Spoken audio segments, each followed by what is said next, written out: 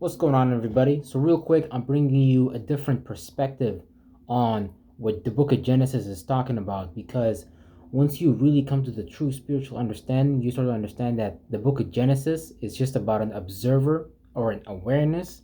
The writer is making observational points about where their mind is going, what's going on within their own mind, and they're making an allegory about it being a cycle outside of them affecting something, but the only thing they're actually affecting is their internal environment, what's going on inside of them. Because the Bible is a book that's teaching you how to talk to yourself better via spells and rituals. Because when you're presented with things like Adam, like Eve, those are specific thoughts and feelings that you bring together to have descendants off of, whether Cain and Abel's and things like that. Because Cain and Abel is basically a concept where you have two masculine thoughts. When you have two masculine people, then one of them has to submit to the others. One of them has to bow down. One has to be the superior thought.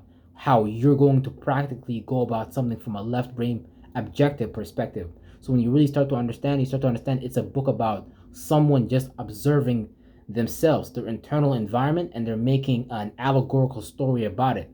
And this is what's going on to you, because we're all related and we're all doing the same thing with our mind, but we're just producing different descendants, which is thoughts and feelings, solutions, and things like that. So when we read in the beginning, God made the heavens and the earth, but the earth was unseen and unprepared, and darkness was upon the deep. So this is when you're having an idea, when you're having a thought.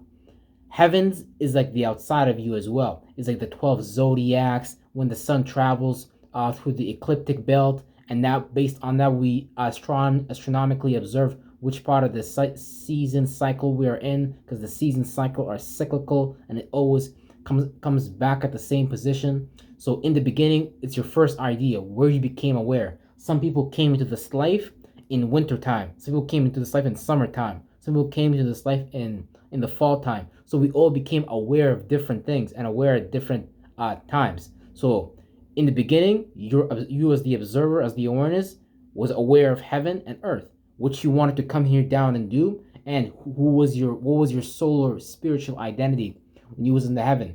But the earth was unseen and unprepared, and the darkness was upon the deep.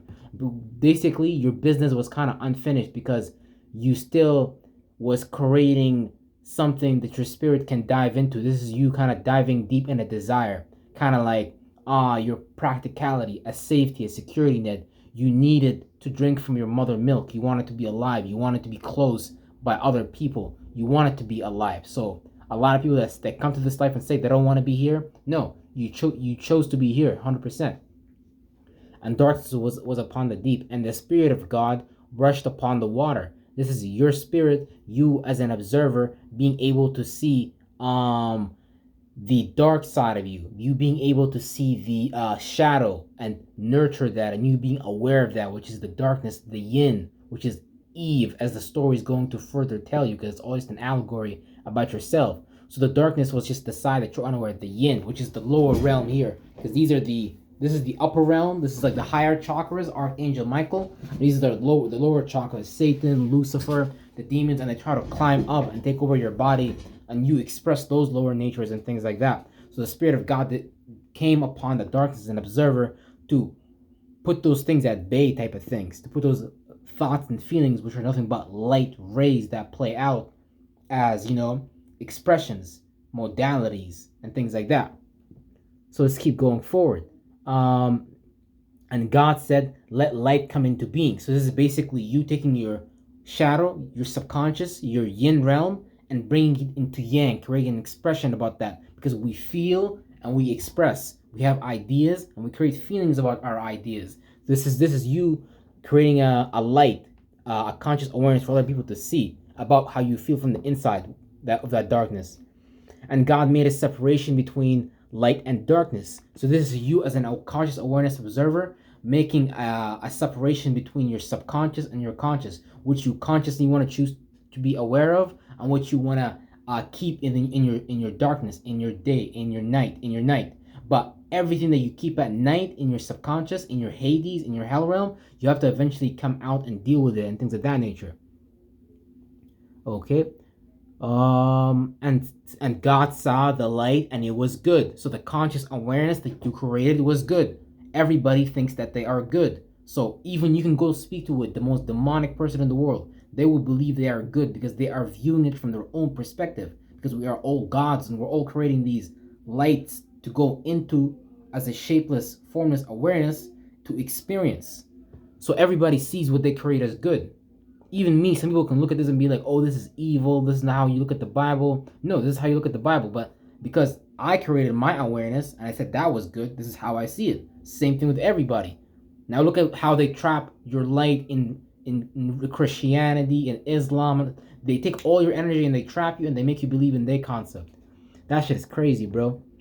And God named the light day and darkness and night. So basically, this is you recognizing what's your creation, thoughts and feelings, and where are they located, and where are you bringing them about. And there was evening and there was morning the first day. So there was evening and there was morning. So you understood that you can bring those things into the horizon to be shown. You can be proud and happy and high about those things, or you can bring those things into the evening. You can be balanced about those things. How you portray those things, because in the morning that's like the vernal equinox, when the sun is at the Aries belt, and it's the beginning of spring, and the daytime is even. So this is an internal allegory about how you feel within you. You can create morning inside of you and you can create evening, but be careful when you do that and around who, because everybody's snakes and vultures and they try to rob you of your energy. This is what spirits have been doing since ancient times till today. And God made a firmament, and God made a separation in the midst of the water that was under the firmament, and in the midst of the water that was upon the firmament. And God named the firmament heaven, and God saw that it was good. And there was morning, and there was morning the second day. So you gotta understand, us as spirits, even coming down here to experience this world in the third dimension, we all kind of came from a higher awareness, let's just say a fourth, fifth, sixth dimensional awareness, and that surrounding influence created this 3D vessel for us to experiment. So when we're talking about the firmament, we're talking about it on multiple levels as well. Your head, your dome, this is a firmament. So people can't get outside of their own way of thinking because they put a firmament on their head. So like I said, when God said he created the conscious awareness and it was good, that's basically you saying your light is good. So that was the firmament that you were in. You're creating lights, chakras, Adams and Eve, thoughts and feelings in your mind, and you're saying those things are good.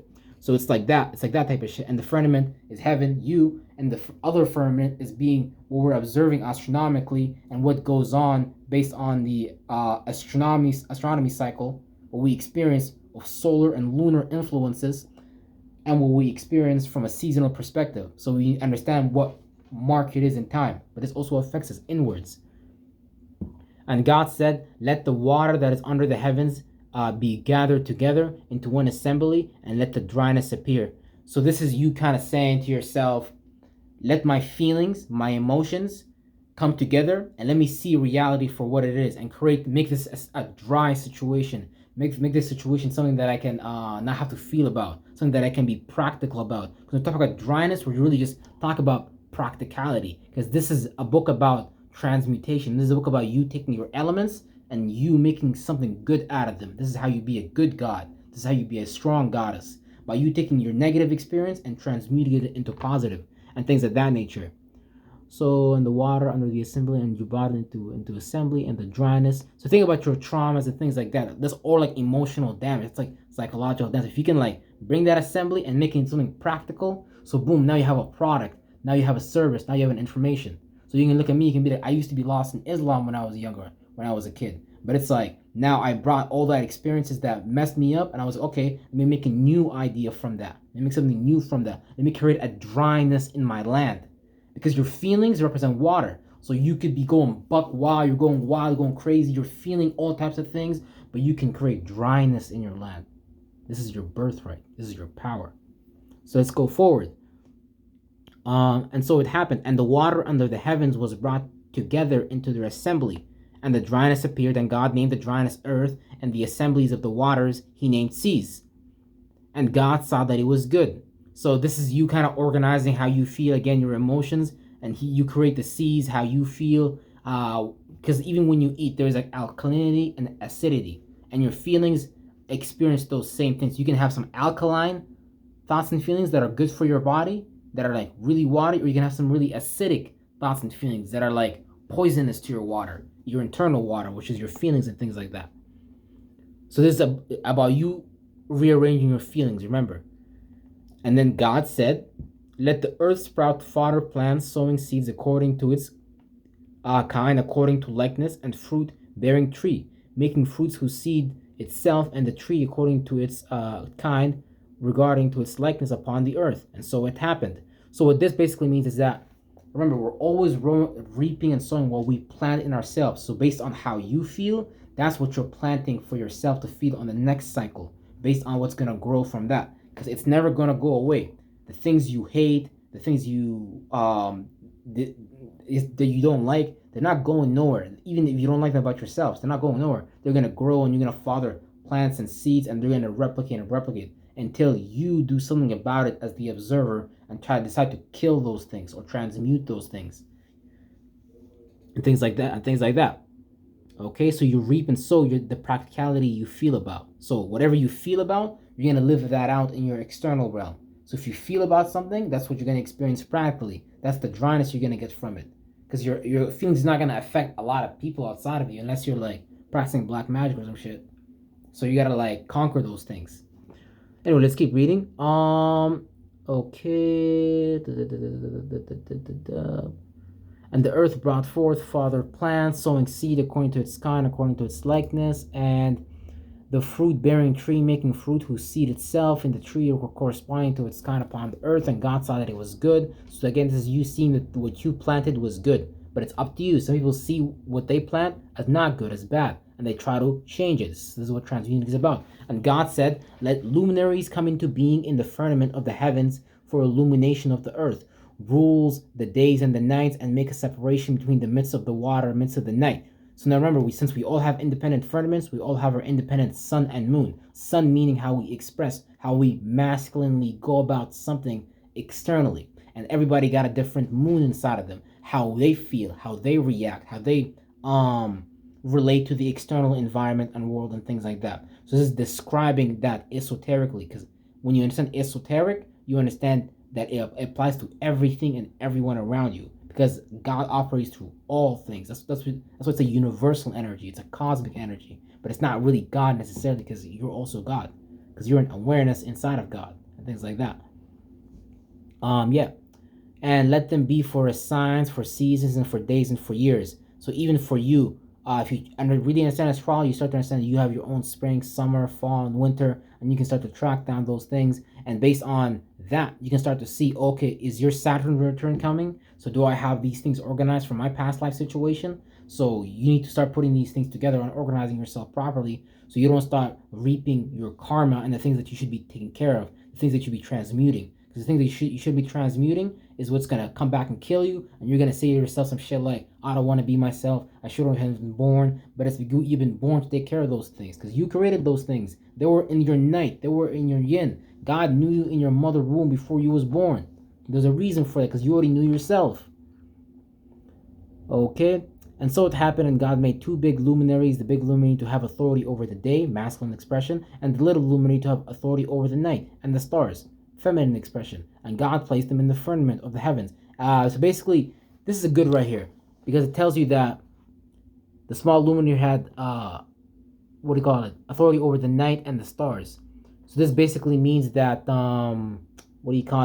since we receive by our feelings and our intuition, that's how you can receive information as well, by feeling something, by sensing something. So it's like a little nugget right there. And God placed them in the firmament and the heavens, so that they might shine upon the earth and rule over the day and the night, and to make a separation in the midst of the light, in the midst of the darkness. And God saw that it was good. And there was evening and there was morning, the fourth day. And God said, let the water... hold on. Yeah, there we go. So and there was evening, there was morning, and the God said, let the bring forth the creeping things, the birds, the flying earth, in relation to the firmament of the heavens. And so it happened. And God made the large fish and every life living creeping things that the water brought forth according to their kind, and every bird with wings according to its kind. And God saw that it was good. And God blessed them, saying, increase and multiply, and fill the waters and the seas, and let the birds multiply upon the earth. And there was evening and there was morning on the fifth day. So again, this is again you replicating what you have already done in the first place. So again, first you had an idea, something you wanted to go about objectively. So that was like day for you. Then you had a feeling about that. That was night. That was your night. You're like, how am I gonna go about that? And based on those things, you created the conditions for what to exist next. So when you bring your day and night together, your thoughts and feelings, you have descendants of those things. Now those descendants don't necessarily have to be your sons and daughters. You can look at them from different perspectives. Here, they're telling you that they're animals. Some people listen to their lower animal nature. Some people don't know how to get out of their animalistic lower nature. So they get stuck in that world, in that realm, and live out that reality. So we create many different types of thoughts and feelings, many creatures that live out inside of us, because these are the chakras here. These are many planets where things reside too. You created them. These are your sons and daughters, and you're supposed to take care of them. So these are the creatures and the birds that walk and give you ideas to fly like a bird or act like a snake and things like that, because these are just like it's outside of you, it's also inside of you, and people act like that too if you really observe.